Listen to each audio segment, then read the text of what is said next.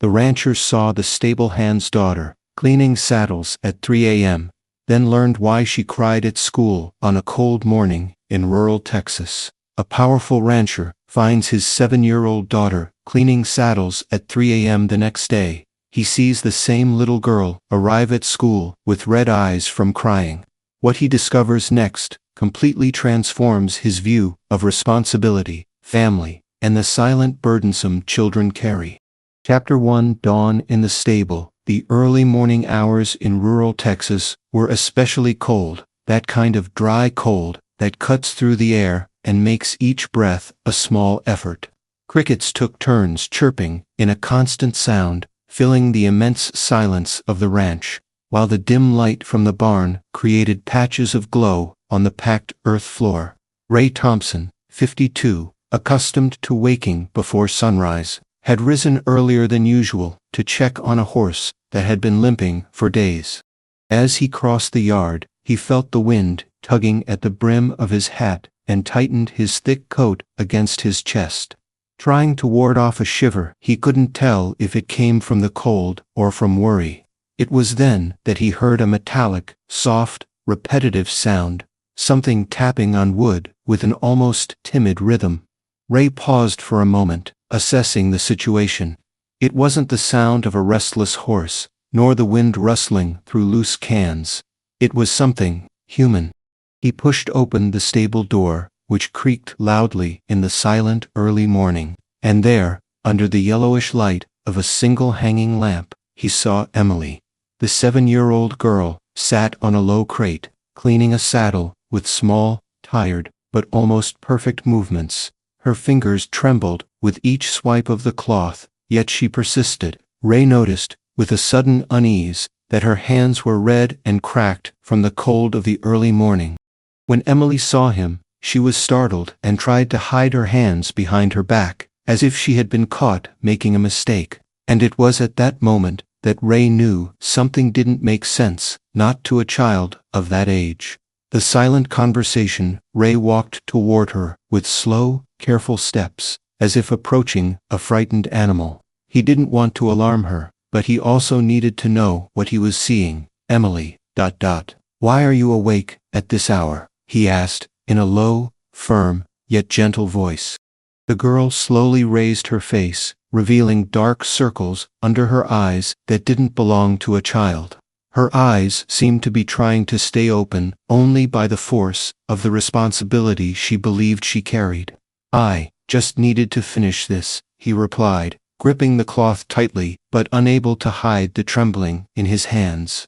Ray looked around and realized it wasn't just 1 or 2 saddles. There were neatly arranged buckets, open jars of grease, and at least a dozen freshly cleaned saddles. 3 in the morning is no time for you to be here, Ray insisted, now with more concern than authority. Emily quickly looked away, as if afraid of saying the wrong thing. I can't let the work pile up. The phrase, spoken with the simplicity of someone who deeply believes in what they're saying, struck Ray hard. He had never heard a child talk about accumulated work as if it were a natural part of the routine.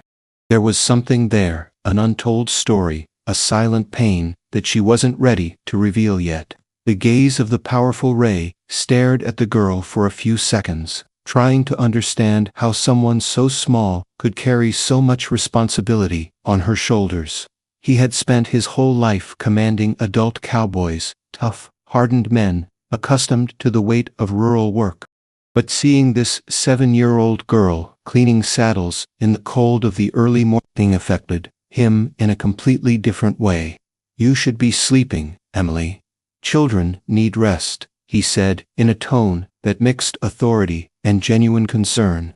Emily stared at him for a brief moment, then forced a tired smile, one that seemed more like an apology than an expression of joy. Thank you for not getting angry, Mr. Thompson, she murmured.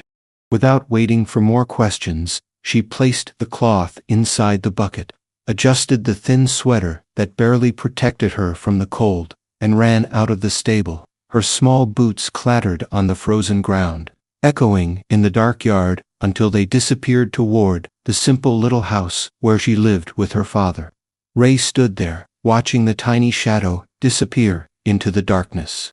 He felt as if he had witnessed something that shouldn't be happening, something profoundly wrong, but which Emily treated as normal. He took a deep breath, feeling a strange weight in his chest. He didn't know what, but he knew that scene couldn't be ignored. Setup of emotional conflict. As soon as he returned to the stable, Ray approached the hanging saddles, and the impact of it took on a real form. There were at least 10, perhaps a few more, all perfect, gleaming even in the dim light. He ran his finger over the leather and immediately recognized the pattern of cleanliness: short, circular, careful movements, the same ones he had seen on Emily's small hands. The realization hit me like a thorn.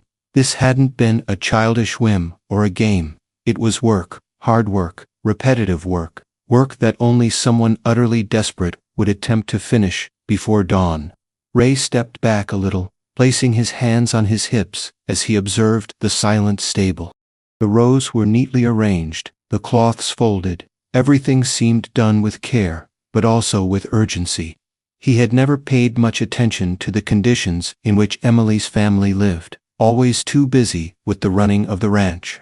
But now, that cold dawn was exposing something he hadn't seen, or perhaps had never allowed himself to see.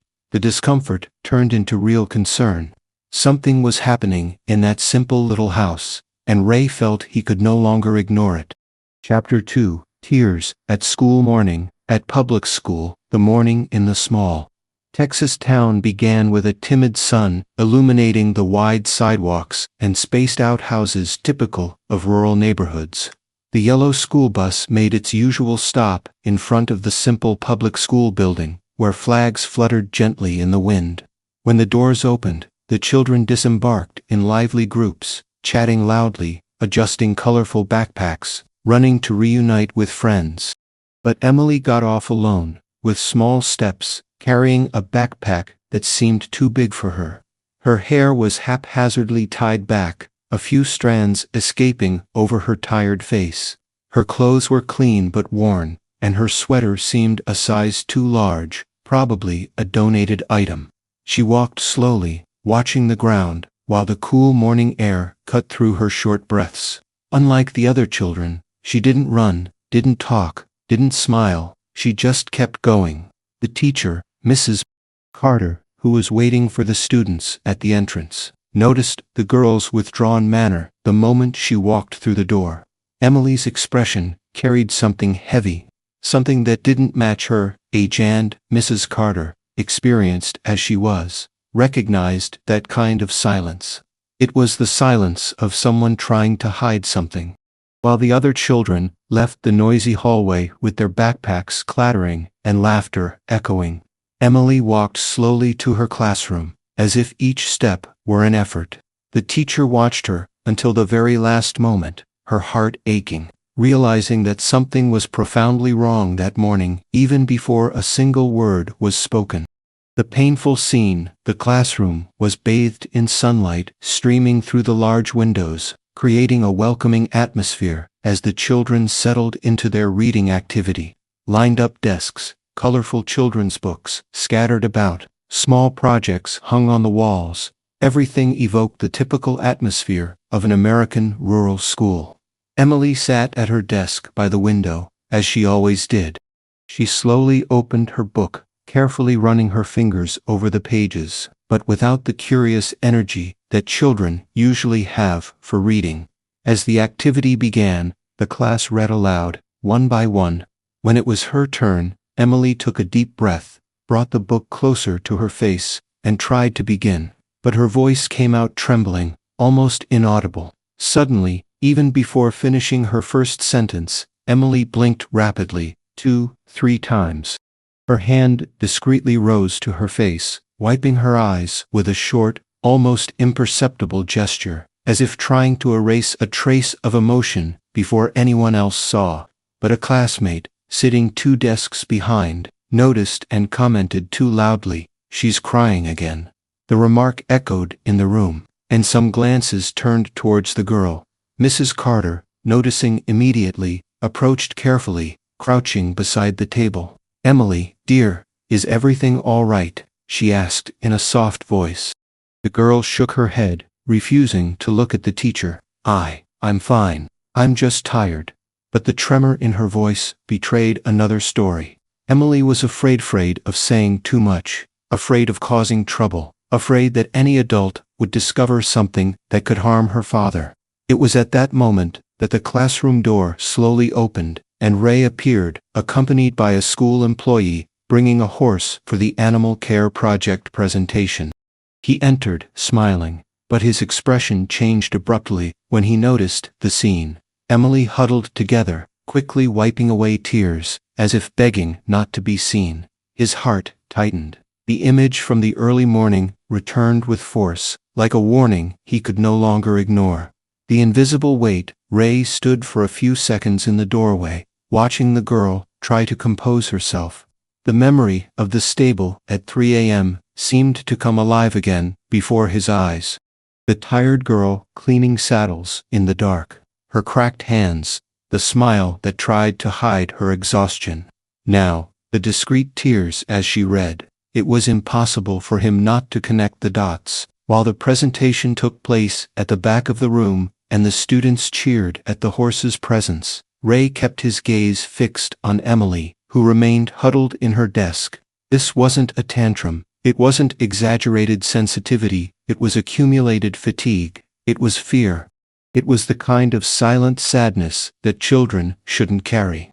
He approached the teacher during a quieter moment in the activity and discreetly asked, "Is she always like this?" Mrs. Carter sighed, looking at the girl with concern. "In the last few days, yes, she's been quiet, trying to hide, as if she's trying to protect someone." The sentence hit Ray like a snap. That was exactly it. Emily was protecting something or someone. And if what he saw in the stable had already unsettled him, that confirmation buried any remaining doubts. Ray felt a growing anguish in his chest. He finally understood that the child wasn't just tired, she was silently fighting to keep the burden she carried from anyone. And no matter how hard he tried to convince himself it wasn't his responsibility, something inside him, perhaps the man, perhaps the boss, perhaps simply the human being, told him he could no longer turn away. As Ray watched the classroom go about its routine, his mind remained fixated on the image of Emily hiding tears with her sweater sleeve. The room was colorful, full of drawings, with children laughing and talking loudly, but nothing could distract his attention from the small figure hunched over the book. He felt something unusual, a sense of moral urgency, almost as if he were witnessing a cry for help that no one else had heard. And perhaps that was indeed the case. On that clear morning, with the sun streaming through the windows and illuminating the young faces around, Ray realized that Emily's suffering was invisible to many, but screamed out to anyone who chose to look closely. It was the kind of silent pain that doesn't appear on school report cards, that doesn't appear at parent-teacher meetings, that goes unnoticed in hallways and playgrounds. He thought about how many stories like hers existed throughout the country, children who grow up too fast, who carry responsibilities that don't belong to them, who try to keep the world standing to protect those they love. And he realized that perhaps more people needed to pay attention to this, perhaps more people needed to look beyond the obvious. Therefore, before continuing with the story, Ray, and we, with him, creates a small space, an emotional breather, to invite the viewer to reflect along with him. If you've ever seen a child carrying a weight that no adult should, comment below. This helps our video reach a wider audience. Chapter 3: The Truth Hidden in the Little House. A visit to the stables. The sun had already risen in the Texan sky when Ray decided to go to the smaller stable, the one where Miguel Millie's father usually spent his mornings repairing harnesses, horseshoe blades, or any equipment that cowboys had damaged the previous day. The morning wind blew weakly, stirring up some of the dust in the yard, and the characteristic smell of dry hay, mixed with leather, permeated the air. Ray walked slowly, without haste, but with his head full of thoughts. The image of Emily crying in the classroom seemed to repeat itself like a film projected inside his mind, and the more he remembered, the firmer his determination became to understand what was really happening.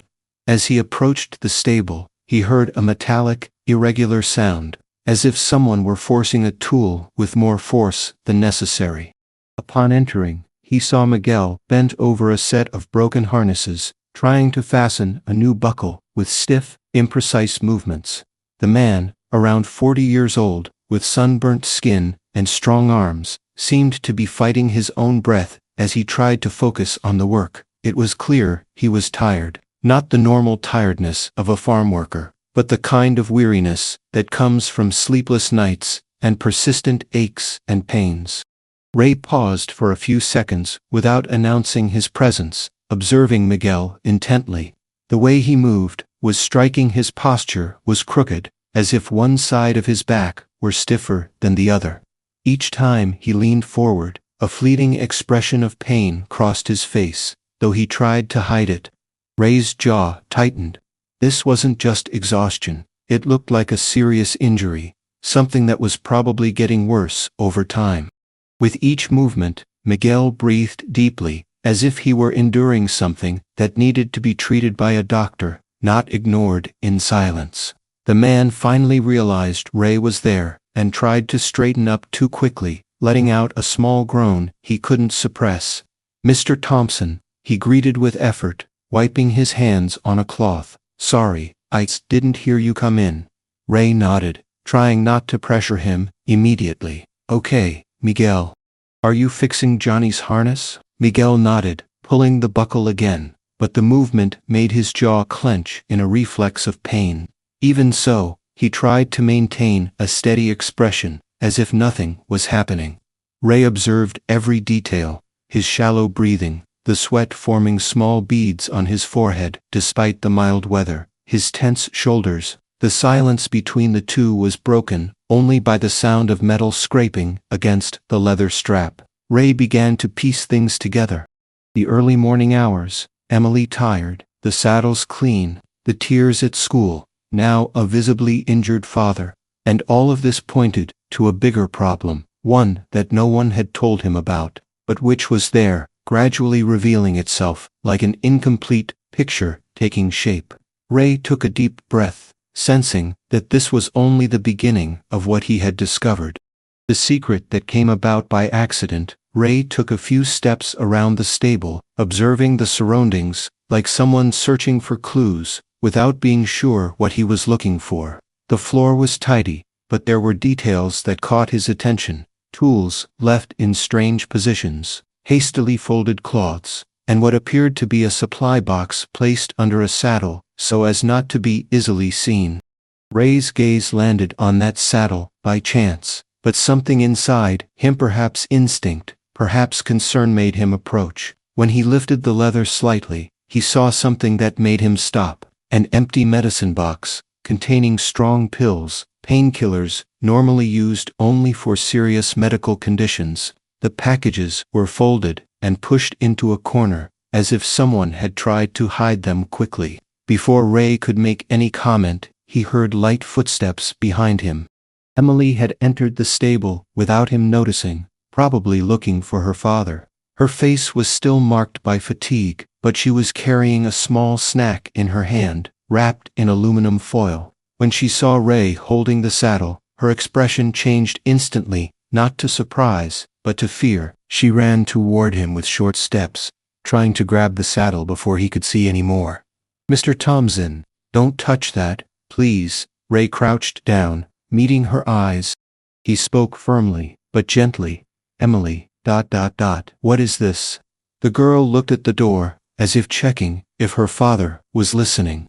Then she brought her face close to his, and whispered, almost voicelessly, it's just so Daddy doesn't hurt so much." The sentence made Ray's stomach drop. When Miguel noticed the movement, he hurried closer, but his walk was unsteady, as if each step were a test of endurance. "Emily, you didn't need to come here now," he said, trying to sound natural, but his voice was visibly tense. He saw the saddle raised, saw the exposed medication, and froze. For a moment, the mask of strength he wore every day simply cracked. "Mr. Thompson, this isn't what you think." Ray did not respond immediately. Emily, nervous, clutched her lunch tightly with both hands, awaiting an outcome she deeply feared. Miguel took a deep breath, cracking his back slightly, as if trying to ease a pain that wouldn't go away. He put the saddle back in place, pushing slowly to hide the box, but Ray had already seen it. "I already understood enough to know that this was more serious than I had imagined." Little Emily stepped forward and grasped the hem of her father's shirt. It was a silent gesture, as if asking him not to lie anymore, not to Ray, but to herself, who was already carrying more weight than she could bear. Miguel closed his eyes, defeated, and Ray knew, in that instant, that the truth would finally come out, even if Miguel resisted. The revelation: Miguel sat on a wooden crate, as if accepting that he could no longer bear the physical or emotional pain he had been carrying. Emily stood beside him, holding his arm, as if her touch were the only thing keeping him steady. Ray approached slowly, without haste, giving the man space to breathe before speaking. The silence inside the stable was almost heavy, broken only by the distant sound of horses' hooves hitting the earthen floor. After a few seconds, Miguel finally began to speak, in a hoarse voice, each word seeming to demand more courage than he thought he possessed. "I fell off a horse a few months ago," he confessed, without looking directly at Ray. "I stepped wrong on the fence. The horse got scared, and I ended up on the ground faster than I could react." Ray frowned. He remembered that week. He vaguely remembered Miguel limping for a few days, but the man never asked for time off, never complained, never missed work. "I should have gone to the doctor, I know," Miguel continued, staring at the floor, "but I couldn't. If I was put on leave, if I had to stop working, how would I take care of Emily? How would I maintain the house? I have no one here, only her." Emily squeezed her father's arm tighter, as if giving him permission to speak the truth. Miguel took another deep breath, and a feeling of shame dripped from his expression. "The pain started small. I thought it would pass, but it got worse, and I started working slowly, getting tired faster. I can't lose this job, Mr. Thompson, I can't." Ray listened to everything in silence, absorbing every sentence. And then came the part that completely dispelled any remaining doubts. Miguel ran a hand over his face and confessed. "Emily, she started waking up with me. She said she wanted to help. At first, I told her not to do it, that it was dangerous, but she was afraid I'd get fired, afraid that we wouldn't even be able to afford food."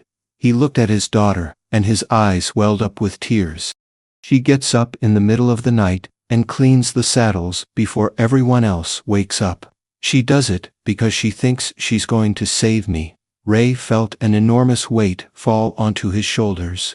Little Emily lowered her eyes and confessed softly, "I just wanted to help Daddy not miss anything. He's always in pain. I don't want us to have to leave." Her voice broke. Ray took a deep breath to contain his own emotion.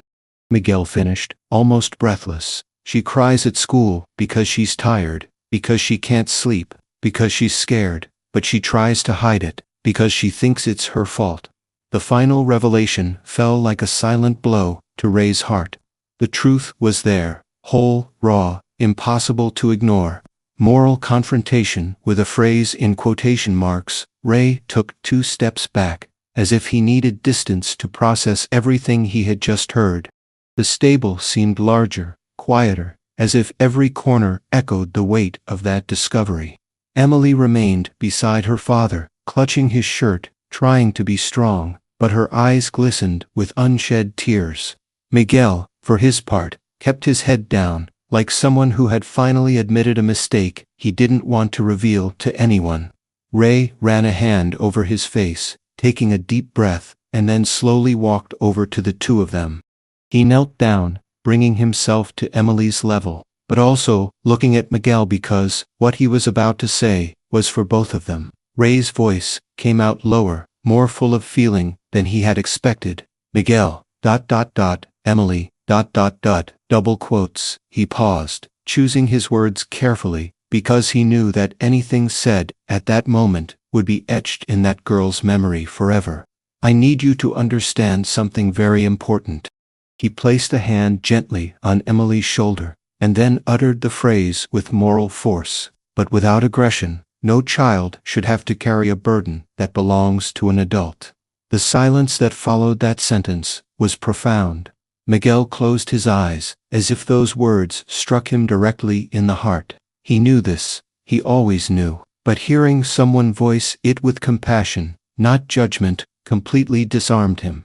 Emily lowered her head, as if she finally understood that she didn't need to be so strong, that she didn't need to carry the weight of the situation alone. Ray continued, "You're a good man, Miguel, a hard-working man, but this, what's happening, it's not right, not to you, and never to her." Miguel took a deep breath, and when he raised his face, there was shame, pain, and a silent plea for forgiveness in his eyes. I didn't want this, Mr. Thompson. I just had no choice." Ray shook his head firmly, but with empathy.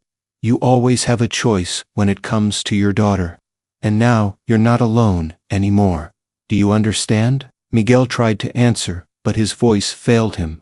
Emily hugged her father around the waist, and he wrapped one arm around her, as if that gesture was the only thing capable of keeping him whole. Ray watched the two of them for a few seconds, the moral weight of that moment deepening his silent decision. He would do something about it. He would change it, because now he knew the truth, and there was no going back. Chapter 4, The Act That Changed Everything. The rancher's decision. Ray woke up early, as always, before the sun really rose. The sky still held pale shades of cold blue. There was something different about his breathing that morning. He remembered Emily's small hands, and from Miguel's words, spoken in a tired voice. Ray walked to the ranch office. He ran his hand over the wooden countertop. The smell of fresh coffee wafted from the kitchen. He sat down and picked up an old pen. He opened the ranch's logbook. The numbers there were real, but what mattered most were the people behind the numbers. He thought of Miguel painfully mending harnesses. He thought of Emily cleaning saddles at 3 in the morning. He thought about how many families depended on that job. He took a deep breath and made a mental plan. First step, reorganize your daily tasks. He knew that not all cowboys could do everything. There was hard work to do early in the morning, and there were tasks that could be redistributed. Ray called the foreman, Hank, over for a chat. He explained what he had seen. Hank listened in silence, frowning. The two of them mapped out who would do what. Ray decided to take some tasks off Miguel's shoulders. He transferred less demanding tasks to other men. He made a list of who could cover the morning shift, which jobs required maximum strength, and which required only care. Ray wrote down names, schedules, and responsibilities. I wanted to ensure that no one would be overburdened, but there was something else that needed to be done. Miguel needed medical treatment. Ray remembered the hidden medicine box. Someone's pain could not be kept secret.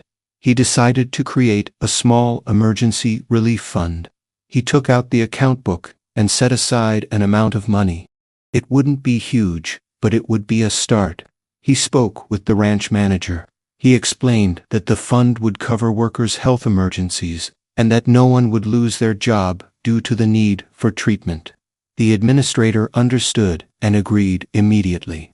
Ray also spoke with the smaller owners who worked in partnership. They agreed to contribute monthly. It was a collective effort, and Ray insisted on that. He didn't want charity. He wanted dignity. I wanted workers to be able to take care of their health without fear. He made sure the help was discreet. Miguel didn't need exposure to accept support. Ray organized a schedule of days off for recovery. I guaranteed that Miguel would have time for physiotherapy. I would pay for initial consultations and examinations from the fund.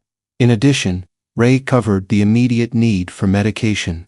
No bureaucracy, No unnecessary questions. He arranged a meeting with Miguel to explain everything. I wanted it to be personal, without humiliation. During the meeting, Ray spoke while looking the man in the eye. "You'll be fine, and your family will be too," he said. Miguel seemed not to believe it at first. There was a mixture of shame and relief on his face. Ray assured everyone that no one would lose their job because of it. He promised to cover the initial costs of the treatment. He also proposed adjusting his father's work schedule. This way, Miguel could attend his appointments without fear. Ray publicly committed to that decision. He called the team together and explained the changes. He made sure that solidarity was seen as normal. He said that taking care of the workers was like taking care of the ranch. Hank felt proud of the ranch owner at that moment. The men began to organize themselves with discipline. There were murmurs, then agreement. The change wasn't immediate. It was gradual and steady. Ray also spoke with the school. He explained the situation to management, asking for discretion. "I wanted Emily to be cared for without public exposure." She asked Mrs. Carter to let her know if the girl showed signs of fatigue. The teacher accepted it with understanding. Ray even found someone to help with basic household chores. I knew that Miguel's nights could be filled with rest. The goal was to restore a child's routine and to allow a father to receive treatment without losing his dignity. He ordered the entire ranch to undergo a security screening to prevent children from having access to dangerous tasks. I wanted workplace safety regulations to be transparent. I didn't want a repeat of what happened. Ray requested monthly meetings to evaluate the fund, to ensure sustainability. He drafted simple protocols for absences, protocols that respected the worker and maintained the service. There were still financial matters to review. Ray covered part of the costs associated with the ranch's reservations. It wasn't something he made public, it was between them. At the end of the day, Ray walked through the stable. The saddles now rested without haste, without urgency. He thought about Emily sleeping without nighttime alarm clocks.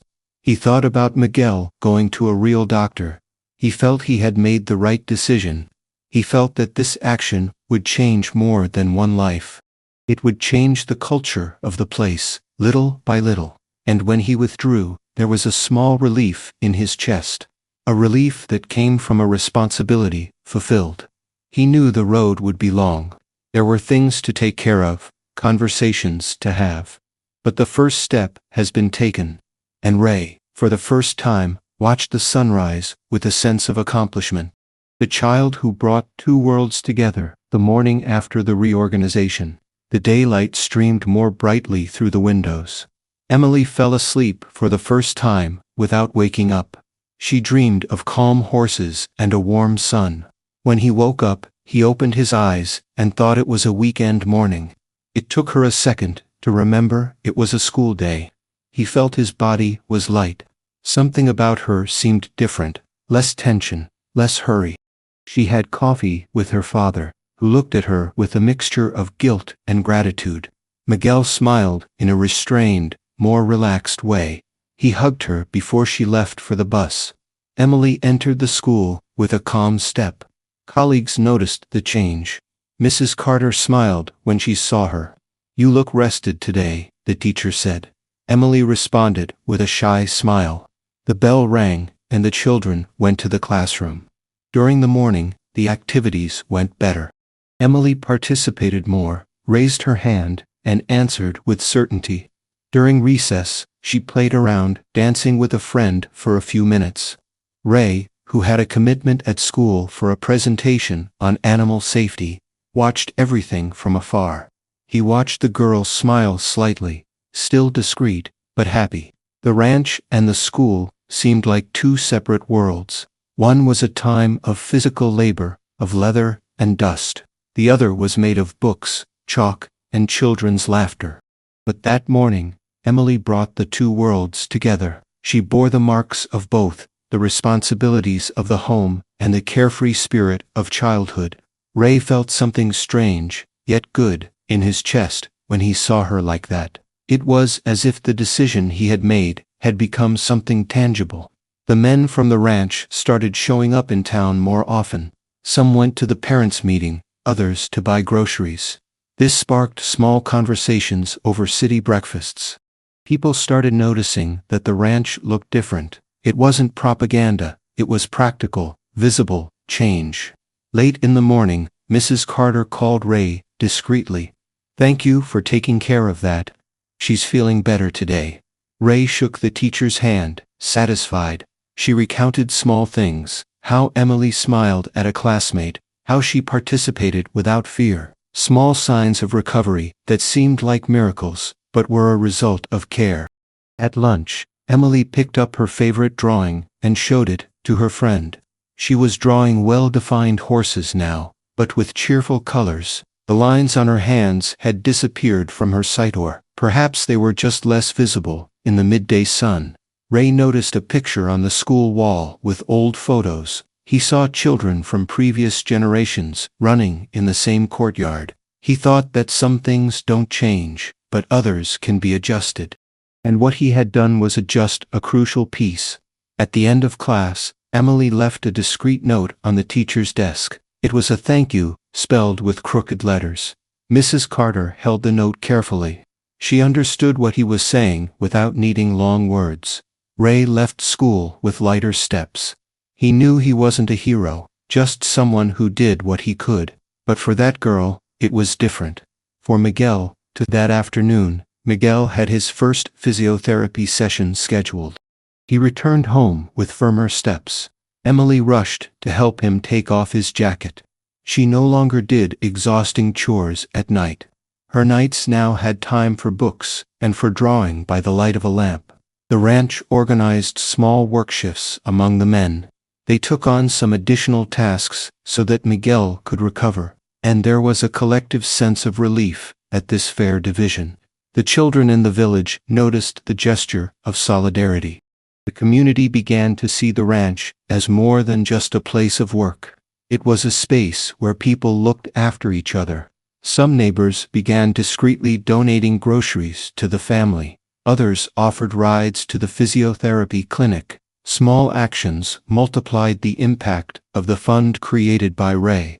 At school, Emily was invited to present a drawing during reading time. She went up shyly and showed the drawing of the smiling horse. The class applauded, and she blushed. Ray, from afar, felt the emotion tighten in his chest. He didn't say anything out loud, he just watched. The child was the bridge between distinct worlds, the ranch and the school, and because of that bond, both parties learned to take better care of each other. The story spread without fanfare. People were whispering about the change in attitude at the ranch. And in every conversation, there was a silent recognition. Caring for the most vulnerable is an act of strength. Emily, for her part, continued to grow in confidence. Without needing to compensate for her father's pain, she allowed herself to play more. She discovered that she could be a girl and help, but in appropriate ways. The teacher began requesting the family's participation in simple projects. Miguel participated in a reading session one afternoon. He told a story about horses that enchanted the children. His presence showed that parents can participate even with limitations. And Emily, seeing her father laughing, felt a genuine pride. The ranch has gained a different kind of reputation in the city. It wasn't about wealth, it was about responsibility. Ray realized, day after day, that small decisions had big effects, and the girl who woke up at 3 became a symbol of concrete change, not for fame, but as an example. She slept better, smiled more, and had a desire to learn. What united the two worlds was organized compassion. And this, more than anything else, transformed everyone's daily lives. Reconciliation and the future the following weeks were filled with adjustments and small victories. Miguel attended the physiotherapy sessions regularly. In the beginning, every move was a test of patience. The pain didn't disappear overnight, but there was progress, albeit slow. Ray would visit occasionally to check on the progress. always out of the spotlight, with respect and discretion. Miguel learned stretching and posture techniques. He also discussed the gradual return to work with the physiotherapist. There were days of frustration. There were nights when the man thought about giving up, but Emily's presence by his side brought him strength. She helped with small, safe tasks. He learned to sew a strip of leather under supervision. She did things that kept her busy without danger. For the first time, Miguel felt that he was not alone. He expressed his gratitude with words and gestures. One day, she took a piece of cake to Ray as a token of gratitude. Ray accepted, embarrassed, and praised Miguel's culinary skills. The simple gesture strengthened bonds. The community also contributed with practical proposals.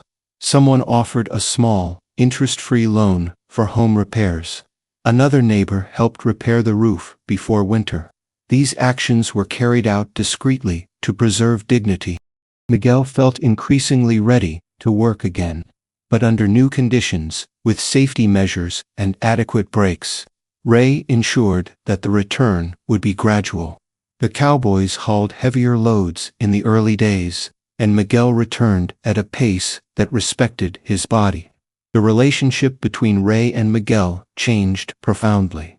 Now there was mutual trust. Miguel could look Ray in the eyes without shame. Ray saw in the man an honest worker who needed help. There was frank discussion about money and priorities. Ray temporarily adjusted the payment so that the family would not suffer. He also ensured that Emily would not be held responsible for adult tasks. Domestic life has improved. The child found space to be a girl with appropriate responsibilities. Emily, as an expression of gratitude, made a special drawing. It was a simple drawing, her holding a saddle, but smiling in the sun. She drew the rancher with a hat, but with a kind face. On the morning he handed in the drawing, Ray was in the office. Emily appeared and placed the paper on the table. Ray read silently, his voice trembling. Hank, who was passing by, saw the scene and smiled. The drawing was placed on the cafeteria wall so that everyone could see it, not as a trophy, but as a reminder of what caring can do. The gesture was more symbolic than words could explain. The family gained stability, not wealth, but the assurance that they could face challenges. Miguel became an advocate for safe work practices on the ranch. He was talking to his colleagues about posture and injury prevention. His experience became a collective learning experience, and Emily's story inspired smaller changes in other homes. People started checking if children were doing dangerous tasks. The schools noticed the difference in the children when the home environment was more stable. Mrs. Carter reported fewer absences and more participation in class. The city began to see the ranch as a local example, not for economic reasons, but for human responsibility. Ray was invited to a community meeting. There, he spoke about the importance of taking care of each other. He didn't boast, he spoke simply. His words were received with respect, and with subsequent actions, weeks turned into months, and the future began to seem less uncertain. Emily grew up with confidence. She knew her father took care of her, and that the ranch took care of the family. The plans were simple: fix the fence next month, and a short trip to the city to buy a new coat for Emily. Small things, big signs of normalcy. On Miguel's birthday, the community organized a surprise lunch. It was a modest, sincere event, full of laughter. Then came the feeling of complete reconciliation. The man who had previously shrunk in front of others now participated with ease. He was no longer a ranch secret. He was a story of overcoming adversity. And it all began one morning at 3 o'clock that no one would ever forget. That night, Ray mentally reviewed everything that had happened. He felt he had accomplished something essential, but I knew that maintaining that would require constant attention. He promised himself that the ranch would continue to be a place of care. Miguel thanked him personally, shaking Ray's hand firmly. It wasn't just gratitude, it was renewed respect. Emily left an extra drawing on Ray's desk one day. This time, she was riding a small horse, smiling. Ray kept those drawings in his coat pocket. They became a daily reminder of responsibility and future possibilities. And as time passed, the family moved toward a less frightening future. There was work, yes, but there was also hope, and this hope manifested itself in simple things: a peaceful sleep, a class without tears, a hug without haste. If this story touched you, leave a like. This helps a lot in continuing to create stories like this. Topic 4. Emotional closure. Ray walked across the courtyard at dusk, watching the sun set behind the hills. The golden light touched the leather of the saddles and gave a comfortable glow to the stable. He felt the weight of responsibility transform into something lighter. It wasn't complete relief. It was the awareness of a duty fulfilled. The memories of waking up at 3 o'clock were still vivid in her mind, but now they were accompanied by new images. Emily, laughing with her friend at recess, Miguel calmly stretching, Hank organizing the team with renewed attention. The ranch seemed to breathe differently. There was a less cutting and more human rhythm. Ray thought about the power that came from a decision, not the power to order or punish, but the power to choose to protect. He understood that authority came with responsibility, and that responsibility included caring for the most vulnerable. He remembered the phrase he had said in the stable: "No child should have to carry a burden that belongs to an adult." These words echoed within him like a simple commandment. It was a lesson Bren had learned over time. The ranch did have resources, yes, but what mattered was the willingness to use those resources fairly. Ray closed the office door and stared at Emily's drawing pinned to the bulletin board. In the picture, she was smiling, holding the saddle under the sun. The image was small, but the meaning was great. He smiled through a tight throat. There was something profound in seeing the effect of a well-intentioned human action. The changes did not erase the difficulties that life brought, but they created a real safety net. Emily's nights now included bedtime stories, and no more chores that robbed them of their childhood. Ray visited the small house one afternoon, bringing groceries. Miguel greeted him with a restrained smile. They talked about back care and how to plan for returning to work. As he left, Ray felt that the distance between owner and employee had decreased. It was less about hierarchy and more about humanity. The ranch continued its daily operations. The horses needed tending to, the fences repaired, and the silage stacked. All of this followed, and at the same time, there was a new attitude. The workers felt heard. The children had room to grow. The city noticed the difference and began to treat the ranch with more respect. Ray received discreet thank you letters and an invitation to speak at a community meeting about safety in rural work. He accepted, not to show off, but to share the importance of care. There was initial resistance from some, as with any change, but the standardization of care began to spread. Some neighboring ranchers copied the idea of the relief fund. Others began to review internal policies. The impact went beyond Miguel and Emily's family. It was a small movement that spread throughout the community. Ray thought about his childhood, about how he had been cared for. He recalled examples of solidarity that shaped his character. He realized that now was the time to leave that legacy. One afternoon, Emily came to the office and asked for help with something simple. She wanted to learn how to properly tie a small leather bow. Ray sat with her patiently and showed her the knots. There were laughs and mistakes, and then successes. It was an image of childhood and work in balance. He asked Emily what she wanted to be when she grew up. She hesitated, looked at her father, and said, "I want to take care of the horses and maybe be a teacher." Ray smiled. The response brought a tangible feeling of hope.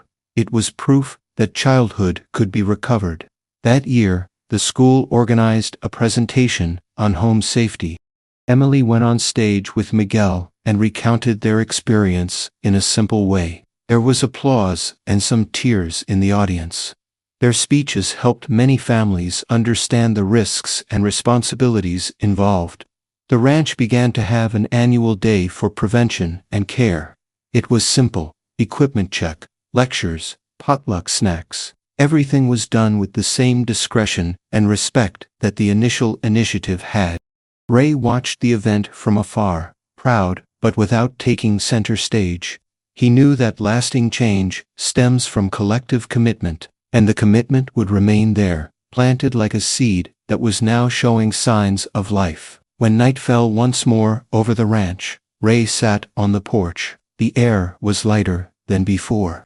He reflected on how fragile the line was between caring and neglecting, and how a simple action could tip that line in the right direction.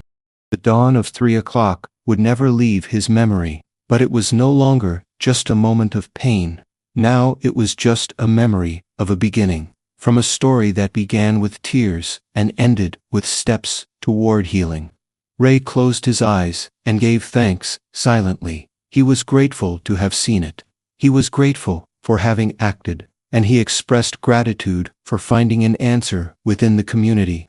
Emily's story would continue to unfold with its ups and downs. There would be more challenges ahead, days of fatigue and worry, but there was also a net that held it firmly in place, and that balance was the greatest gift Ray could offer. To the distant sound of hooves, he got up and went to sleep with the conviction of someone who had done his best. Because, in the end, real power isn't the wealth of the ranch. It is our responsibility to use this power to protect the weak.